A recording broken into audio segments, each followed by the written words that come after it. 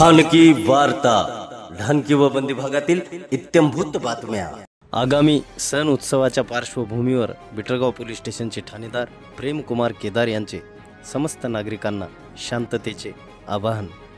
गणेश उत्सव, ईद ए मिलाद, नवरात्र उत्सव, दसरा, धम्मचक्र परिवर्तन दिन या आगामी काळात येणाऱ्या सणानिमित्त बिटरगाव पोलीस ठाण्यामार्फत सर्व नागरिकांना आवाहन करण्यात येते की सर्व सण शांततेत सौहार्दाच्या वातावरणात पार पाडावेत। सण साजरे करताना इतर लोकांच्या धार्मिक भावना दुखावणार नाहीत याबाबत काळजी घ्यावी।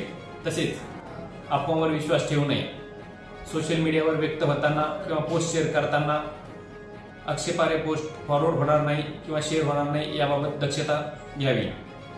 आक्षेपार्ह पोस्ट निदर्शनास आल्यास तात्काळ पोलीस ठाण्याशी संपर्क करावा।